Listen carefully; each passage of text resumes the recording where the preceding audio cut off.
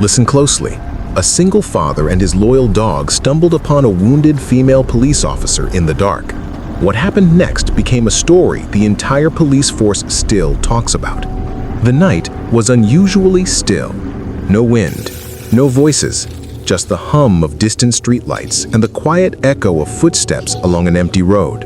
It was late, long after most families were tucked safely in bed, but Jake didn't have a life that followed easy hours.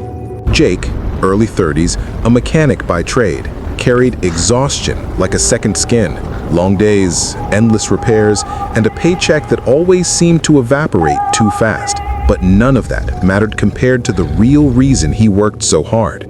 His daughter, Ella. Ella was 7, bright, fearless, full of questions that could stop a grown man in his tracks. She was Jake's reason to try, to push, to hope. And then there was Bruno, their German shepherd. Fierce, loyal, protective, more family than pet. Every night, Jake took Bruno for a walk before heading home to Ella.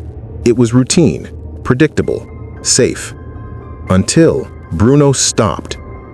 Not slowed down, not hesitated, stopped cold. Ears locked forward, muscles tense, body coiled like a spring ready to launch. "Bruno, what is it?" Jake whispered. Bruno tugged the leash hard, pulling Jake toward a narrow alley swallowed in darkness. Jake hesitated. His instincts told him to turn back. Dark alleys didn't hold good things, and he had Ella waiting at home. Then he heard it. A voice. Fragile. Cracked. Barely there. "Help!" Before we continue, tap like, repost, share, and subscribe. And tell me, where are you watching from? Drop your country in the comments. It's always incredible to see how far our stories reach. Back to the story. Jake felt his chest tighten. He followed Bruno into the alley. That's where he saw her. A woman slumped against a cold brick wall, her uniform torn, soaked with blood. One hand pressed desperately against her side.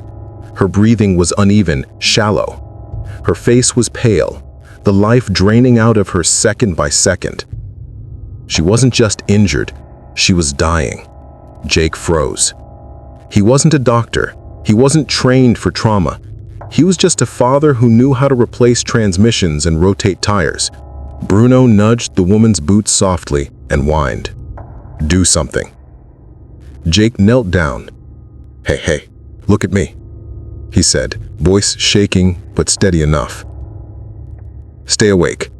Stay with me, all right?" Her eyes flickered open and she gasped for air.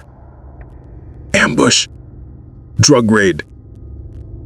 "They knew we were coming. My partner, still out there." Jake's jaw tightened. Whoever did this was likely still close. He should call 911 and get out. He should think of Ella. That was the smart move, the safe move. But Jake didn't move. Because if he walked away, what kind of man would he be teaching Ella to respect? What kind of world would he be leaving her? He pulled off his work jacket and pressed it firmly to the wound. Blood soaked through quickly, but he held steady. "You're not going anywhere. Not tonight." That's when Bruno growled. Deep, low, dangerous. Jake looked up. 2 figures emerged at the far end of the alley. Their movements slow, confident. One held a metallic object that flashed under the weak streetlight. A weapon. They were coming back to finish the job. Bruno didn't wait. With a snarl that exploded through the air, Bruno launched forward, teeth bared, fury unleashed. The attackers stumbled back, startled and scrambling. Jake grabbed the officer's radio, fingers slipping, breath uneven. He pressed the call button. "Officer down. 9th and Willow. She's critical. Send backup." Sirens crackled faintly somewhere in the distance, too far, but getting closer. The attackers didn't stay to find out how fast. They fled, Bruno chasing them until they disappeared into the night. Bruno returned, chest heaving, but planted himself in front of Jake and the officer. Guard, soldier, shield. Jake leaned closer to the officer. Her eyes fluttered. Listen, I've got a little girl. She needs me. And someone needs you too. So you hold on. You fight. You hear me? Fight. Her trembling hand reached up, gripping his wrist with surprising strength. She heard him. Moments later, the alley flooded with red and blue lights. Boots hit the pavement. Voices shouted. Paramedics moved in fast. But everyone stopped for a split second. Because the scene didn't look real. A mechanic in a blood-soaked jacket, a German shepherd standing like a trained guardian, and an officer clinging to life because a stranger refused to walk away. A senior officer approached Jake, voice low, steady. If you hadn't stepped in, we'd be zipping a body bag. Jake shook his head, drained. Anyone would have done the same. But deep down, they all knew most people wouldn't have.